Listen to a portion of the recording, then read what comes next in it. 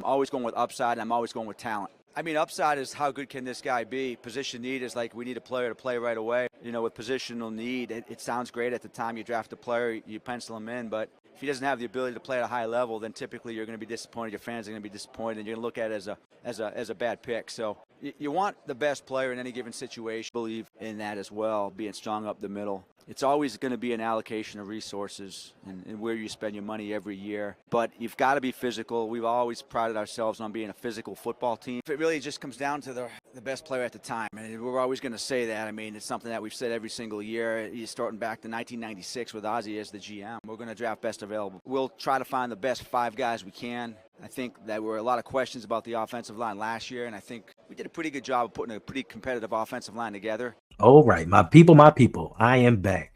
I know I've been gone for a minute, but I had to figure some things out, had to get myself together, had to just take a break and kind of reevaluate what is going on.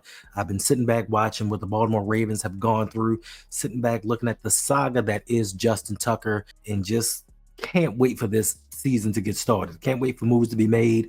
We are right around the corner from the start of the league year, where everything is going to change. This season, I'm hoping and praying is going to be a lot different for the Baltimore Ravens. But if you've already seen, there have been a couple of press conferences at the scouting combine, and John Harbaugh has some things to say, but we're not going to really talk about that because we know he is a known and convicted liar as far as words that come out of his mouth. So we're going to talk about some of the things that EDC talked about in his presser, some of the things that I take issue with, even though this is the season that I'm going to give him support and believe that he's going to do the right thing, even though he says some things that took me back a little bit. And I'm kind of like, here we go again. We're going along with the exact same things that we've done before. Nothing's going to change. And it sounds to me like we're going to draft all 11 draft picks. Here we go. And he said that, he wants the best chance to hit on as many as he can. We've had drafts where we've had 9, 10, and 11 picks, and the majority of them were misses. If you know yourself that you cannot draft into the later rounds, now you do get some good picks here and there, but if you know that you cannot draft in the later rounds, why continue trying? And I know it's zag instead of zig, and you may be trying to throw out some smoke screens to make people believe that you are going to draft all 11 players, but history just tells us that you're going to do it. And right now, we don't need rookie starters. We don't need inexperienced guys to come in.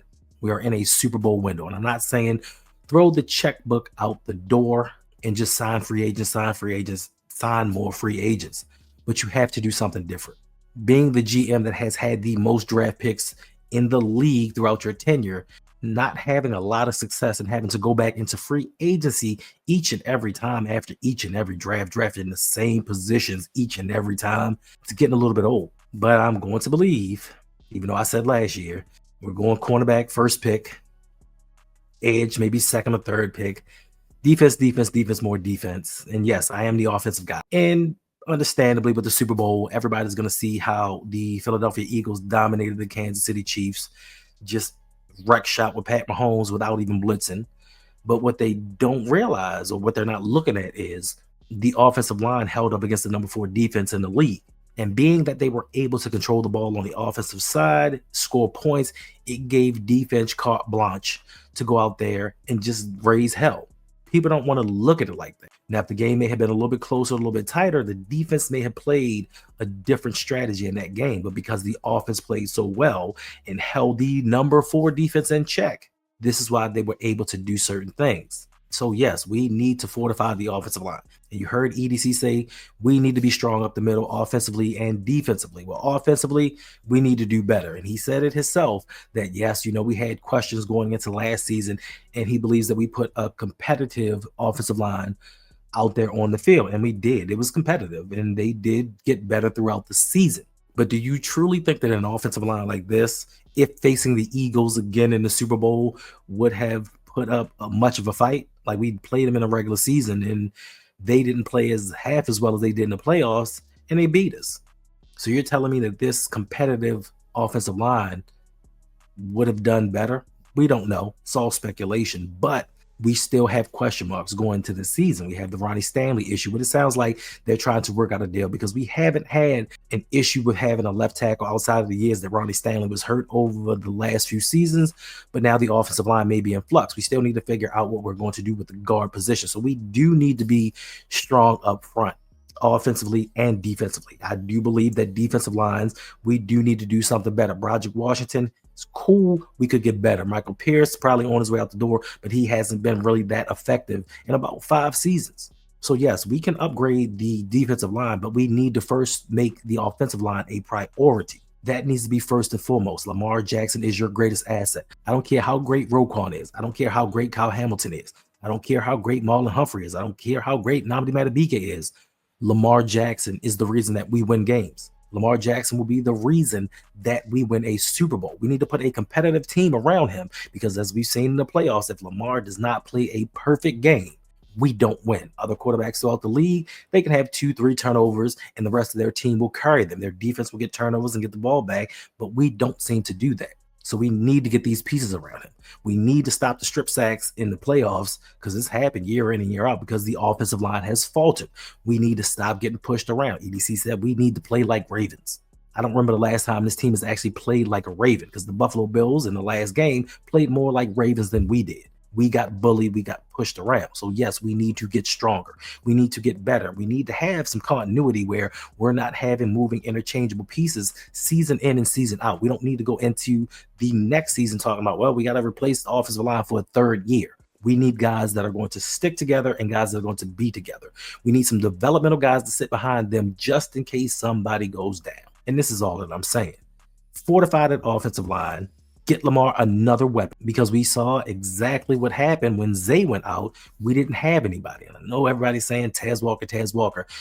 Stop putting so much pressure on these young guys. He doesn't have experience. He didn't have a lot of experience in college. Can he turn out to be that guy that a lot of you people say he's going to be? I think he may.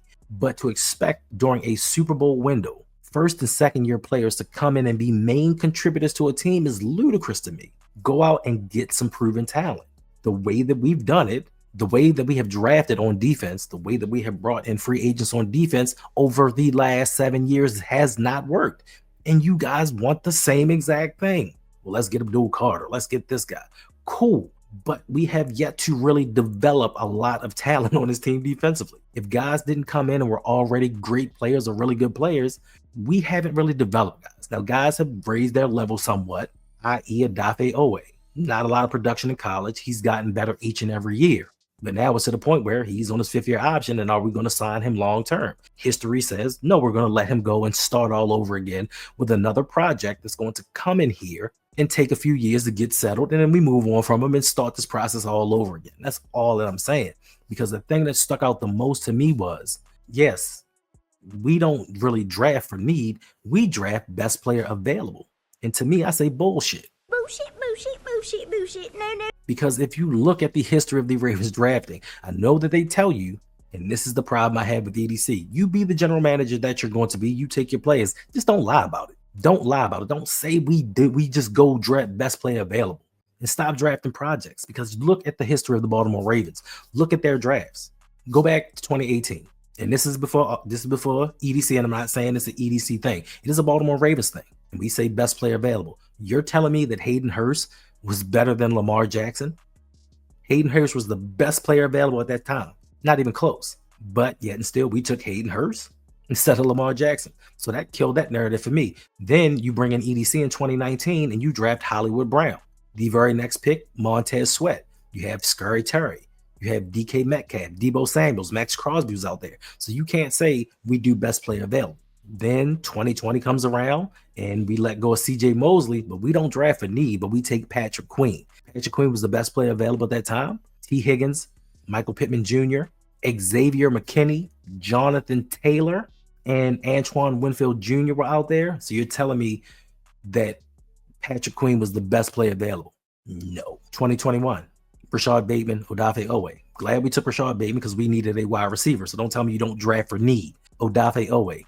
Once again, not a lot of production in college. You're saying best player available. Nick Bolton was out there. Landon Dickerson, Creed Humphrey, Javon Holland, who ironically is a free agent right now, and the Ravens didn't pick him up.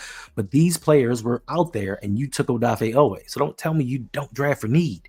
And then in 2022, we took David Ojabo coming off of an injury. You're telling me the best player available was a guy that was injured and was not going to play that year, but yet instead you had George Pickens out there. Don't care how you feel about him. Talent-wise, best player available was George Pickens. And then James Cook was available. You can't tell me at that time we didn't need a running back. So there were players out there that were best player available. So to say that the Ravens do best player available is some nonsense. They pick who they want to pick. And the EDC said it, we value talent and all that. No, you don't. You value character. And especially with the things that's happening with Justin Tucker. Lord, I hope that they don't double down on that zero tolerance policy and just go after guys that they know are good character and they can't play. Because I'm tired of the Bronson Kafusis, the Kamale Correas, dudes that were good, high character people, but they couldn't play a lick of football. Now is the time for the Ravens to get it together. In 2025, the Ravens have 11 draft picks. We do not need to draft all 11 people because not even half of those guys are going to have an impact on this season going forward. And we need to make strides this year to get to a Super Bowl. We don't need potentials that are going to be good in 3 years and then price themselves out. We need to dedicate what we're doing in this draft and free agency to what's happening in the upcoming season.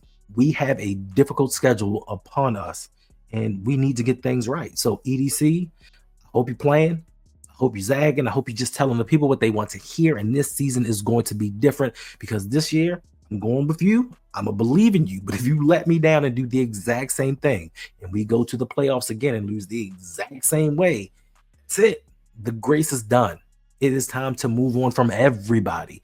If we have the same complications in the playoffs, if we have these same positions that we need to replenish year in and year out, it's not making sense to me. It's not making sense how we're always up against the cap and we always need the same players. We always need a cornerback. We always need a safety.